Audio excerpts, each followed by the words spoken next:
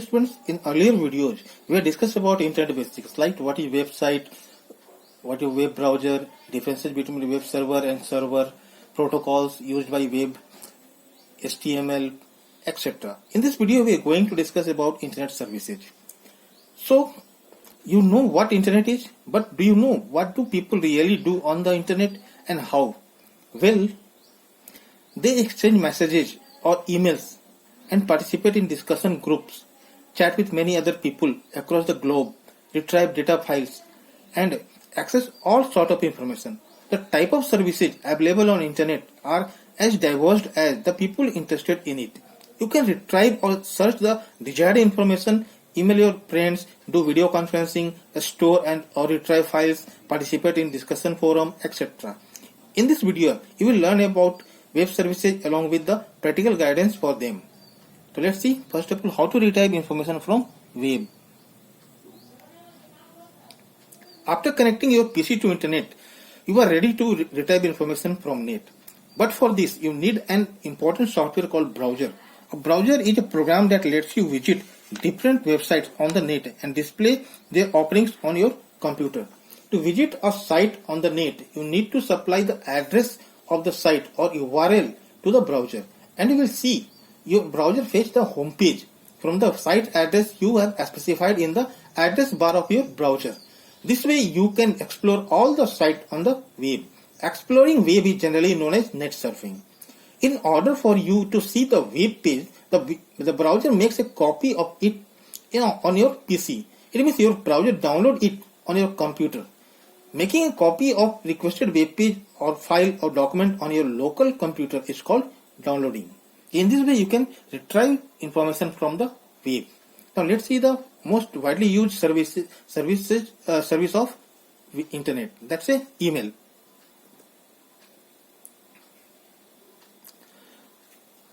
Email or electronic mail is probably the most popular and widely used internet service.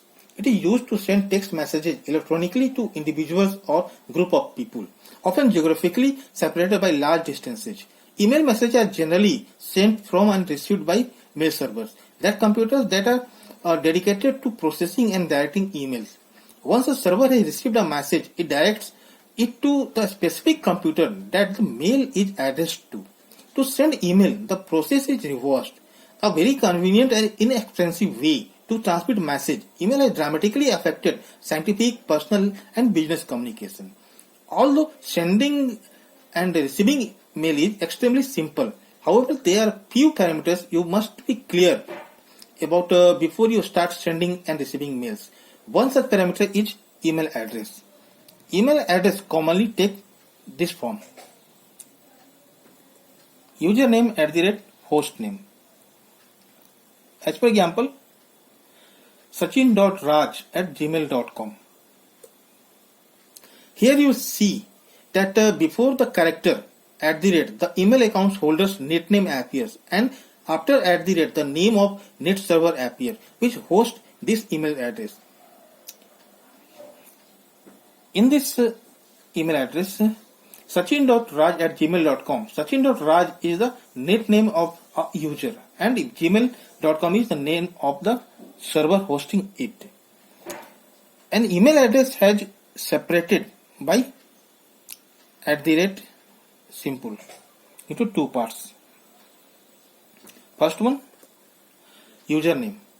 On the left side of @ separator is the username. A username cannot have blank. It is unique in all over the world for that email service provider. Second one, domain name for host server. The portion to right of @ identify the server or host or network that services your email. It is sometimes also called email server. Before you start sending and receiving email, you must have an email account. You can have either a web-based online email account or an email account on your ISP server. As you must be knowing that an email account on ISP server is paid account, and a web-based email account is generally free.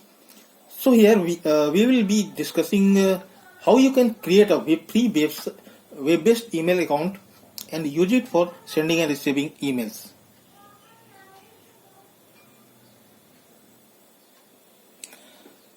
You can create your web-based free email account upon many sites. Some of them are gmail.com, redditmail.com, yahoo.com, outlook.com, etc. You can log on to any of these sites and then register there as a new user. We are selecting the site gmail.com for this purpose.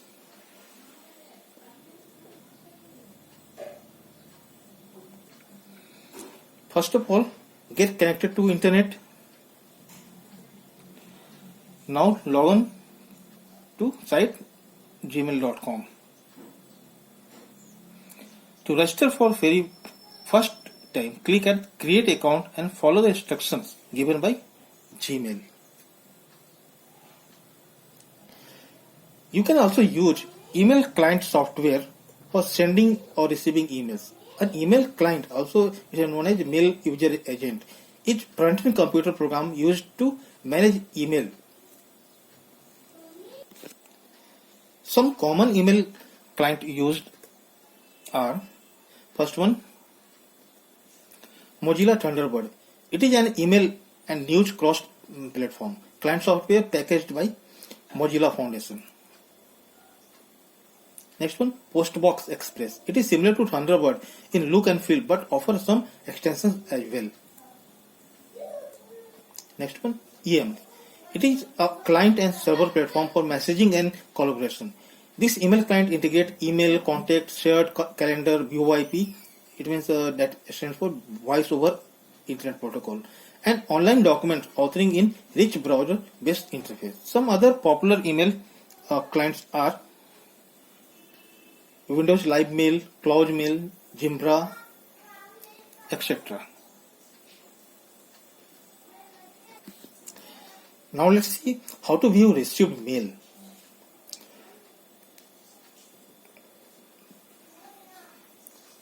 Once you have created your web-based email account, you can log in it and view your email. For this, you will have to get back to web page that allow you to log in to your email account. As for example, we have created our email account on gmail.com. So we'll have to go to web page www.gmail.com and follow the given steps. First of all, go to Gmail web page by typing the URL www.gmail.com in address bar to log in to your email account in this page.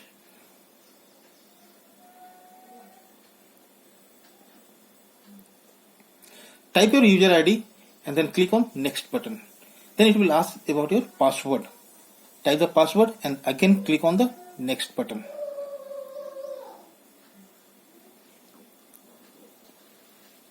And here you are successfully into your email account. You will see a list of messages along with details like from, subject, date, etc. To view a message, move your cursor on subject details of message wherever your cursor changes to a hand symbol. Click there to view it.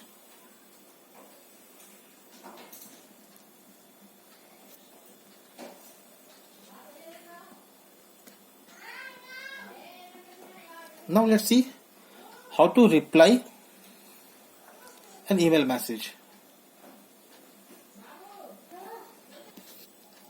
While you are reading an email message you have received, you can reply to the sender of this message immediately by clicking the reply button.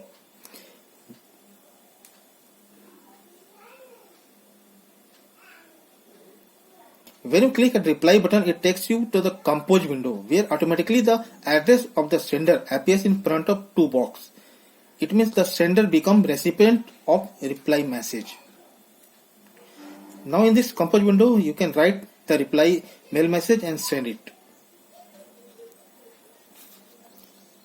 If you have received a joke or some interesting or useful piece of information, you may want to send the same message to someone else.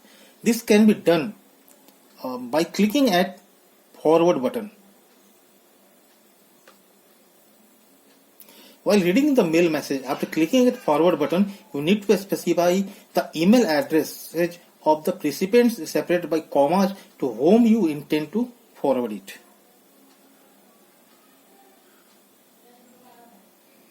Now let's see some structure of email messaging.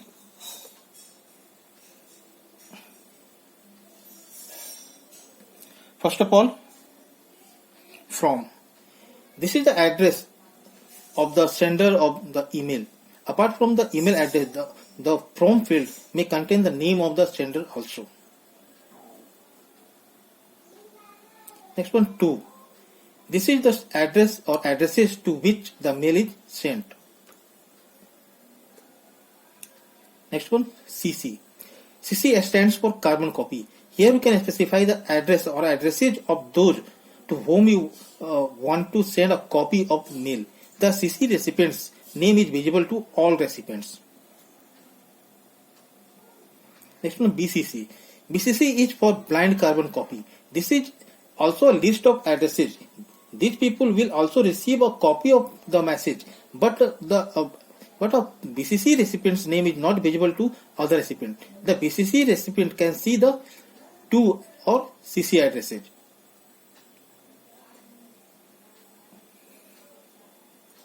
Next one is subject. A short title for the mail. It is ideally should speak about contents of the message. Body. The message that you want to send. Attachments. You can attach one or more picture or document or any other with your email. Some computers specify a maximum size for the email they can handle, and so you have to keep that in mind if you intend to send any very big attachment. Next one, date. This is the date and time on which the message was sent from the sender's computer. Next one, message ID. Every message will have a unique ID which is used to track replies to it. The message ID is not visible to us. Rather, it is used internally by the email program and the email system. So this is a structure of email message. Now let's see on window.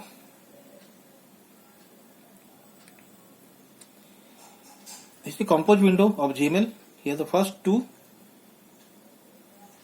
Email ID of recipient here. It means whom you want to send the email. You have to type the address here. Here for the carbon copy recipients. Here the blind carbon copy recipients. Here is subject. Text of the message being sent is written here. And this is the button to attach any file. So this is that's all for today. Thank you.